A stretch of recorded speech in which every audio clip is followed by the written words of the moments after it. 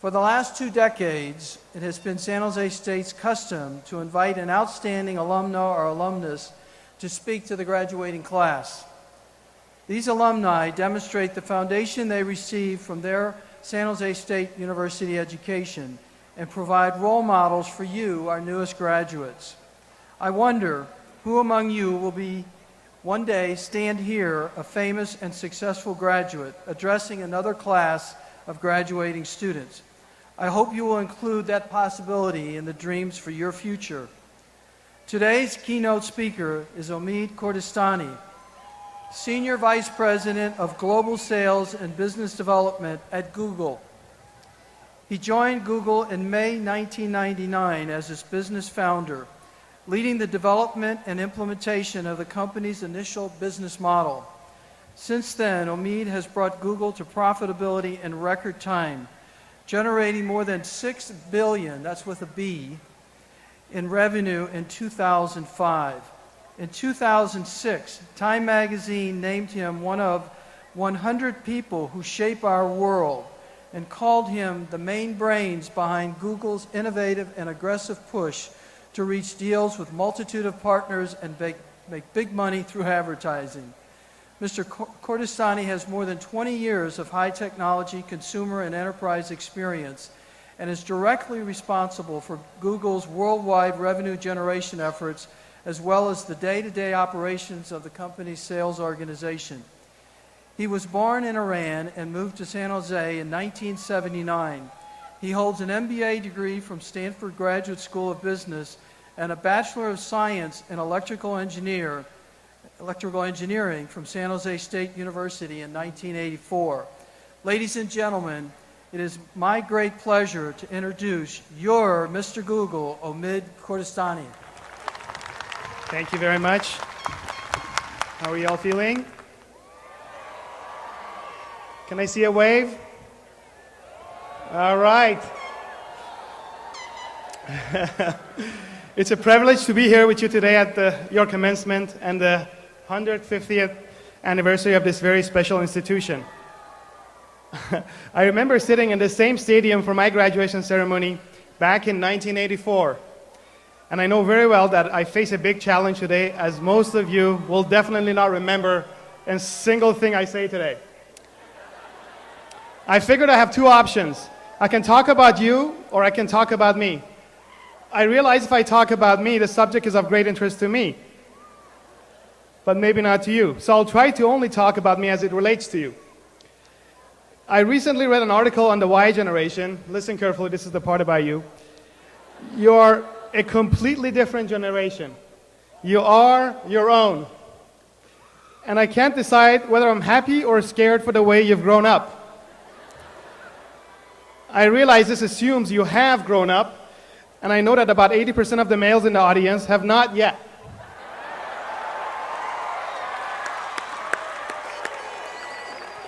Actually, there's about 50% of the males in the audience who will never grow up.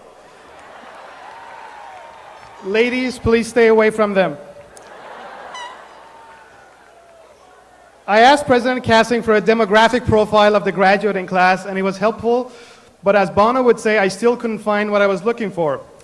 I've learned a little bit about search over the past few years, so I put my searching skills to work. First up, I log into MySpace to see what students from the class of 2007 were doing.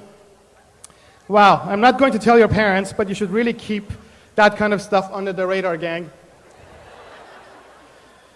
Anyways, what I realized is that MySpace has become a practical dating service. Just meet a girl on MySpace, within your zip code hopefully.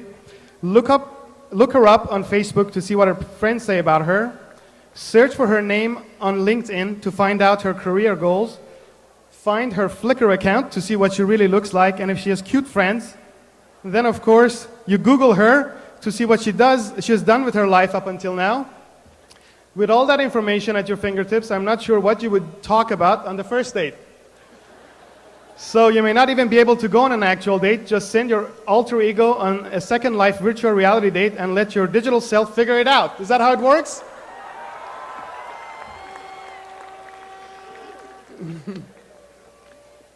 All right. Now that I've got your attention, let me challenge you by pointing out that not only will you forget most of my speech, you'll also sadly forget most of what you were taught here. And in fact, if you follow my path and get a higher degree, you will forget most of that as well, like I have.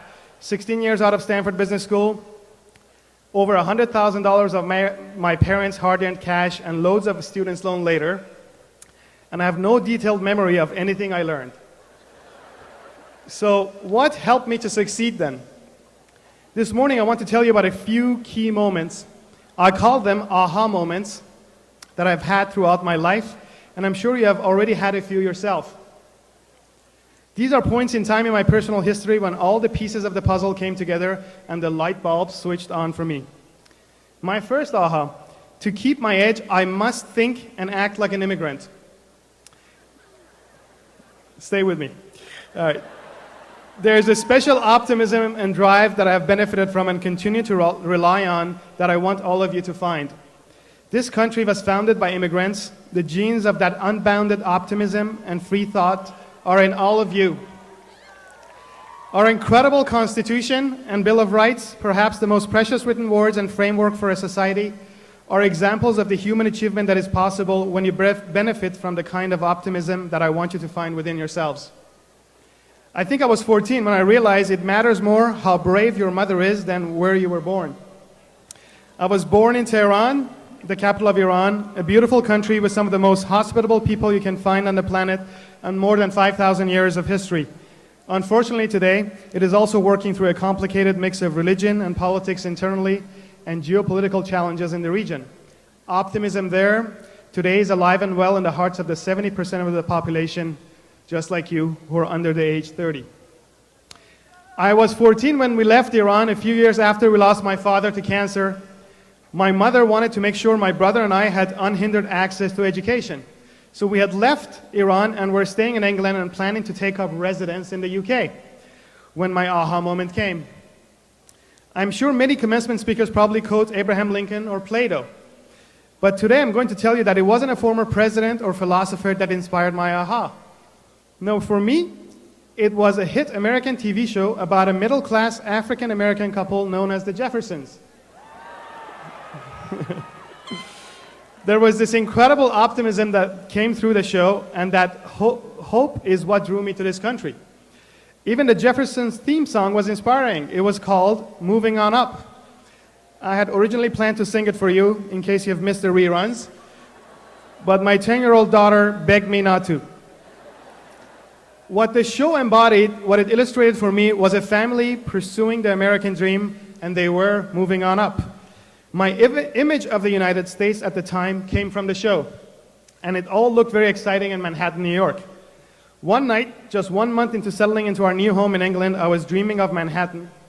I told my mom we should move to the States. I just feel that it can be a happy place for us. That's at age 14, by the way. To my amazement, my mom agreed, sold the house, took my younger brother back to Iran, and a year later, we immigrated to the US thanks to a dear friend of my dad whose son was studying civil engineering at San Jose State University. I won't talk about how San Jose looked different than Manhattan, New York.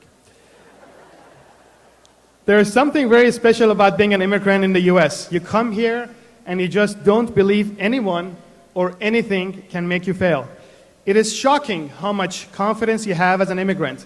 Inherently, you're a dreamer and a fighter. You come to this country to prove something to yourself, to really do the best you can in your education, the best you can in your profession, to build a life and be successful. With the unshakable determination of an immigrant, you can make things happen.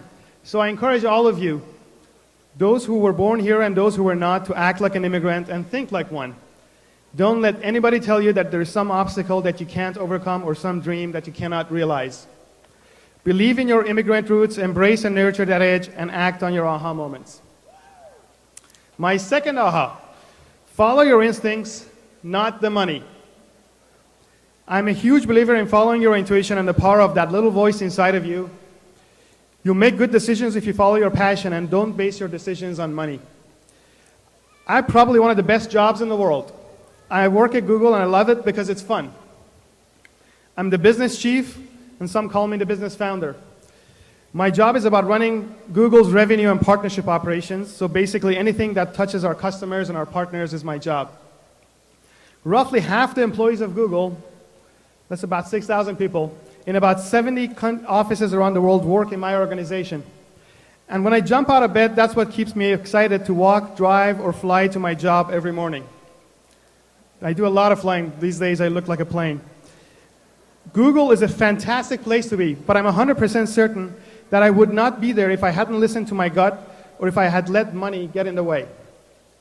Here are two stories that will illustrate that.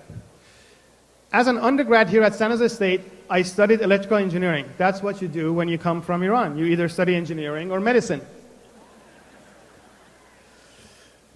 As a senior, I took advantage of one of the many standout components of the undergraduate program here, the Career Placement Service. It was in the placement office that I had this second aha moment. I had engineering offers from several companies in the Valley. However, I always dreamed of working for the premier tech company of the time, Hewlett-Packard. So I met a recruiter from HP at the placement office on campus. The recruiter looked at me and said, "You have this outgoing personality, and I think you'll really enjoy dealing with customers. Are you sure you want to be an engineer?" I said, "Of course," because I had studied engineering, so I was going to be an engineer. But at that moment, at the placement office, on this campus, really changed the course of my life. When I really listened to the voice inside, I actually wanted to be something else. It's about trusting those instincts. Eventually, he and a marketing executive at HP convinced me to consider product marketing at HP, which was a job that required technology background, but which was more of a business role. So I went to HP and started to do product marketing. 7 years later, at another crossroad in my career, I had a similar aha moment. At the tail end of business school, I came caught up in the investment banking frenzy. And I convinced myself that I needed to be an iBanker for the big bonuses that would pay off the loans. I made it to the final rounds of the interview process with a bank called Robertson Stephens when the director of the bank invited me to a baseball game. I really thought I had made it. But then he started asking me all of these questions. Tell me what was wrong with HP? What was wrong with the tech industry? All these negative questions. Being a positive person and having that immigrant, no obstacle is too great mentality, and by then believing in marketing, I said, here's what I would do, here's what I would fix, this is what I did at HP, etc. After the baseball game, I thought, home run for me, the offer was going to be in the mail the next day. What happened? No calls, no news. By the end of the week, I was worried, so I called the director and he said, "Sorry, Omid, you're just too positive for this business." And I said, "What?" He said, "As an iBanker, it can be dangerous to be too positive. You have to put the company you're evaluating down below the line and have them crawl their way back up. You're too much of a believer and you're not objective enough. So we don't want to make you an offer. Good luck out there." Remember that immigrant edge I told you about? The one that can make you find a way to cut through anything? Well, it kicked in. And while still on the phone and after already being rejected, I convinced him to give me the job. So he offers me the job and I walk back to Stanford and I notice there's a brown bag lunch being hosted by a new startup called Go Corporation. It was a PDA company and a precursor to all the handheld devices, Treo, Palm, Blackberries, which you're all probably using right now to text and email about tonight's big party instead of listening to me. I went to the presentation, and as I sat there, my emotions and my heart was saying, this is what I want to do, not the bank. And I had another aha moment. I realized that I had been mesmerized by the money. I was about to work in a big, beautiful bank, a sexy San Francisco high-rise, but in my heart, I knew that the finance world wasn't for me. My real passion was being in the Valley. It was technology, and it was being an entrepreneur and a startup guy wanting to build something. So in the end, I left the Robertson Stephens offer on the table and joined the company I had seen at the brown bag lunch. I knew I wasn't going to make the money that the investment banking position would have afforded me. And in fact, even with an incredibly talented team of people at Go Corporation, we ultimately failed. But I was so much happier because I followed my passion and learned a ton and developed relationships that ultimately helped me develop my career. This is what I mean by following your instincts. That critical switch set me on a path of one startup after another until I finally came to Netscape. While still at Netscape, my old boss from a previous startup suggested I meet with two young computer scientists that had recently launched a search engine called Google and had just left the garage. The end of the story is clear now, but I would not have made it there if I had gone the investment banking route or the engineering path that I was on when I left this great school. It just shows you these decisions are not just about math or advice from your parents and friends, but it's about instinct. You should consider input from all sources, but in the end, it has to feel right and it has to fit. My third aha moment, it's all about the path. Let me explain. Before going to college, I thought I wanted to be a doctor until my mother, who was a nurse, painted this life of long hours and difficult work-family balance. Little did she know that work-life balance is just as elusive in Silicon Valley and the land of startups. And that the new model here, perhaps not that healthy in the long run, is more of a work-life blend instead of a balance. Thanks to a strong partner in life, I have a wonderful family that deals with this blend every day and supports me at every step. They're all here with me today. You've probably been looking forward to this day for a long time. So have your parents. And as you look around and take in the size of the crowd, you in your cap and gown, all of those exams and classes behind you, yes they are, you might not believe that you've actually made it, that you're actually here. You are indeed done with school for now, but let me submit to you that you're not done with learning or understanding your ultimate path in life. You may think you're an engineer if you're graduating with that degree, but perhaps you're the next best organic food or green technology entrepreneur. You may have studied philosophy, but you may actually become the most amazing artistic director of an international ballet company. Don't be defined or limited by the steps you have taken in life or the degree you have chosen. Don't worry that you have no idea what to do next, or even if you do, don't get so married to that idea that you miss your aha moments. Get started, but be very honest with yourself, listen to your gut, take risks, be positive, don't be afraid of mistakes, keep learning and growing. You're only just beginning to understand what you want to be, the path is long and varied, and your education and degree was only a priceless first step. In closing, tomorrow will be your first day in the real world, and as your parents have been telling you for years, it's much different than the cocoon of campus life. Unlike what we learned in geometry or calculus, for those of you who remember, in the real world, sometimes the only way to figure out the proof is to challenge the givens. Always push yourself, think like an immigrant, keep putting yourself outside of your comfort zone. You've always been taught to plan ahead and be calculated with your decisions, but this is your startup phase, your chance to keep an open mind and experiment. Certainty is a moving target. Our first few steps won't be perfect, they never are, but missteps are not missed steps at all.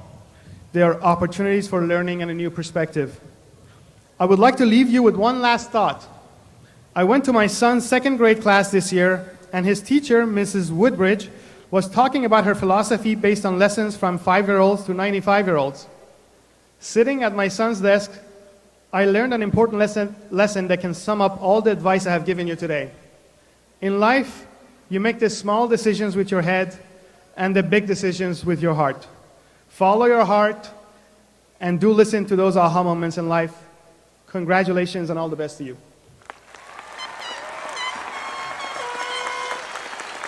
Thank you.